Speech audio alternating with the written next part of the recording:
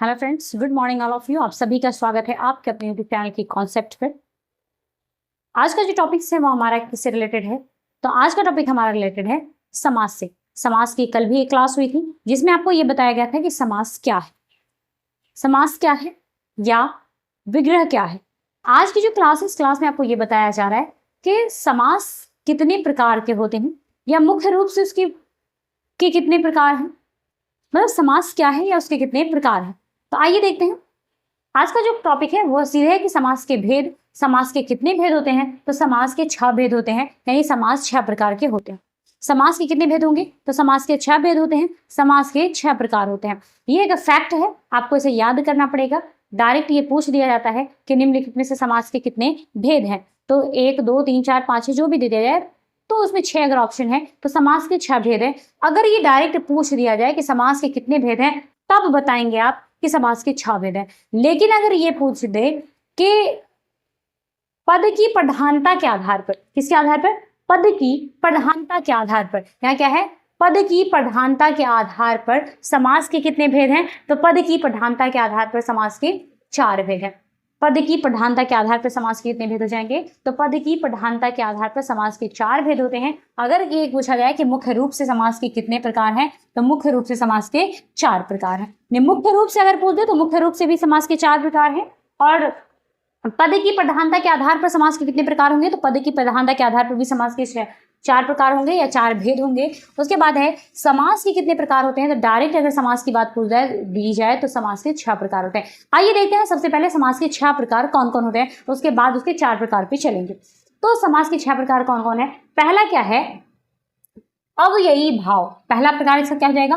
अव्ययी भाव। दूसरा हो जाएगा तत्पुरुष। तीसरा हो जाएगा बहुव्रीहि। चौथा हो जाएगा द्विन। उसके बाद पांचवा हो जाएगा द्विगु और छठा हो जाएगा कर्मधारय। ये क्या है? तो ये 6 क्या है? तो ये 6 समास के प्रकार हैं, ये 6 समास के भेद है।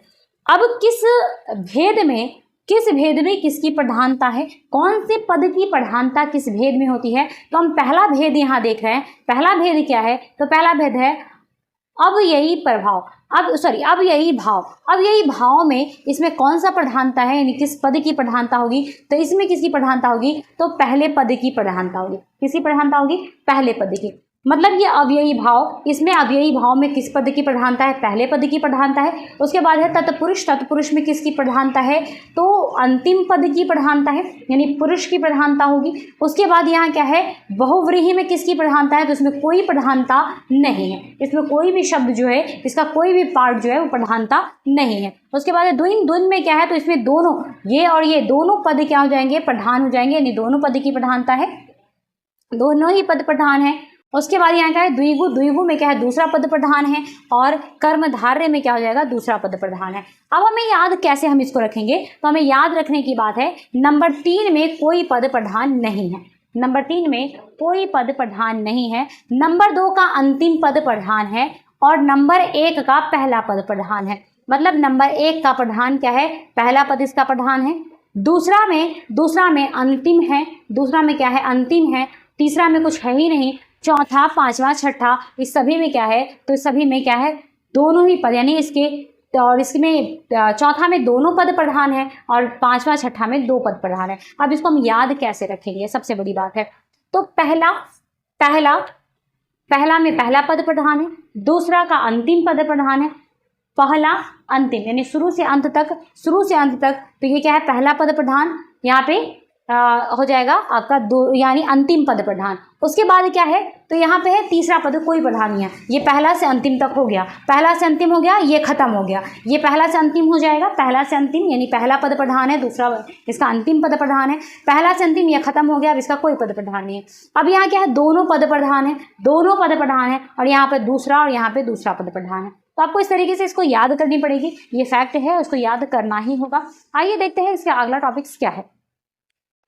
अभी हम देखते हैं कि अव्ययी भाव समास क्या होता है। अभी तक हमने क्या देखा कि समास के 6 प्रकार होते हैं, समास के 6 भेद हैं। उसमें से अव्ययी भाव कौन सा है? तो अव्ययी भाव क्या होगा? तो अव्ययी भाव में हमने पहले क्या पढ़ा कि इसका प्रथम पद क्या होता है? प्रधान होता है। इसका प्रथम पद कैसा होगा? तो अव्ययी भाव का प्रथम पद क्या होता है? प्रधान होता है। उसके बाद है पहला नियम कह रहा है कि अव्ययी भाव का प्रथम पद प्रधान होता है। इसका दूसरा नियम कह रहा है दूसरा नियम कहता है कि प्रथम पद अव्यय होता है। प्रथम पद क्या होगा? अव्यय होता है।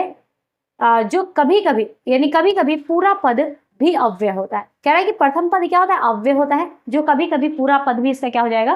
तो इसके पूरे पद भी क्या हो जाते हैं? तो पूरे के पूरे पद कभी कभी अव्यय हो जाते हैं। अब बात आती है कि ये अव्यय क्या होता है। तो अव्यय का मतलब होता है विकारी। कहाँ? यहां मैं लिख रही हूं अव्यय। अव्यय का अर्थ क्या होगा? अविकारी। अविकारी।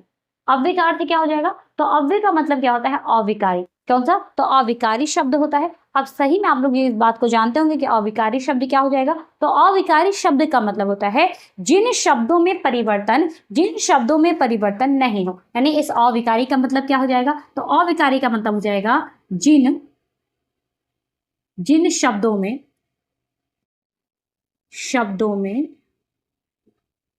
परिवर्तन ना हो। यानी अविकारी का मतलब क्या है? जिन शब्दों में परिवर्तन ना हो। तो बात यहां भी वही हो रही है कि प्रथम पद अव्यय होता है। प्रथम पद क्या होगा? अव्यय होता है। मतलब प्रथम पद में कोई परिवर्तन नहीं होता है। कभी कभी पूरे पद भी अव्यय हो जाते हैं। कभी कभी अविकारी शब्द के जो है पूरे पद भी क्या हो जाते हैं? सॉरी, कभी कभी अव्ययी प्रभाव के, किसके? अव्ययी भाव के, कभी कभी अव्ययी भाव के पूरे पद क्या हो जाते हैं? पूरे पद अव्यय हो जाते हैं। जिससे अव्यय का मतलब क्या होगा? तो अव्यय का मतलब होता है अविकारी। और अविकारी शब्द का मतलब क्या होगा? तो अविकारी शब्द का मतलब होता है जिन शब्दों में कोई भी परिवर्तन ना हो। तीसरा नियम कहता है इसका एक शब्द ही पुनरावृत्ति होने पर अव्यय भाव समास होता है। यानी एक शब्द की पुनरावृत्ति होने पर अव्ययी भाव समास होता है। मतलब एक शब्द जब बार बार रिपीट होता है तब हम उसे क्या कहेंगे? तब उसे हम क्या कहेंगे? तो उसे अव्ययी भाव कहते हैं। अब एक शब्द कैसा रिपीट होगा? जैसे यहाँ दिया हुआ है हाथों हाथ, मतलब हाथ ही हाथ, एक शब्द रिपीट हो रहा है। उसके बाद है साफ साफ, तो साफ ही साफ, एक ही शब्द प्रकट हो रहा है। घर घर, तो प्रत्येक घर, मतलब घर घर में, मतलब प्रत्येक घर में, यानी घर घर में। तो ये जो एक शब्द बार बार रिपीट हो रहे हैं तो इसे हम क्या कहेंगे? तो इसे अव्ययी भाव समास कहेंगे। अब बात है कि अव्ययी भाव समास को हम पहचानेंगे कैसे? तो अव्ययी भाव समास को पहचानने के लिए याद रखना होगा कि जैसे ऐसे शब्द होने चाहिए, जैसे हाथों हाथ, साफ साफ, उसके बाद घर घर, 5 5 100, यानी 5 5 100, घंटों घंटे। तो ऐसी चीजें क्या होंगी? तो ऐसे शब्द जो होंगे उन शब्द को क्या कहा जाएगा? तो उन शब्द को अव्ययी भाव समास कहा जाता है। तो आज के लिए केवल इतना ही। फिर मिलते हैं कल के क्लास में। कल की क्लास में पांचों भाव को, यानी पांचों समास के जो 5 भेद बचे हैं उन पांचों समास के भेदों को क्या किया जाएगा? समाप्त किया जाएगा और किसी नए टॉपिक की शुरुआत की जाएगी। तब तक के लिए इतना ही। अगर ये वीडियो अच्छी लगती है तो आप इसे लाइक, सब्सक्राइब और शेयर जरूर करें। अपने दोस्तों तक ज्यादा से ज्यादा पहुंचाने की कोशिश करें। धन्यवाद।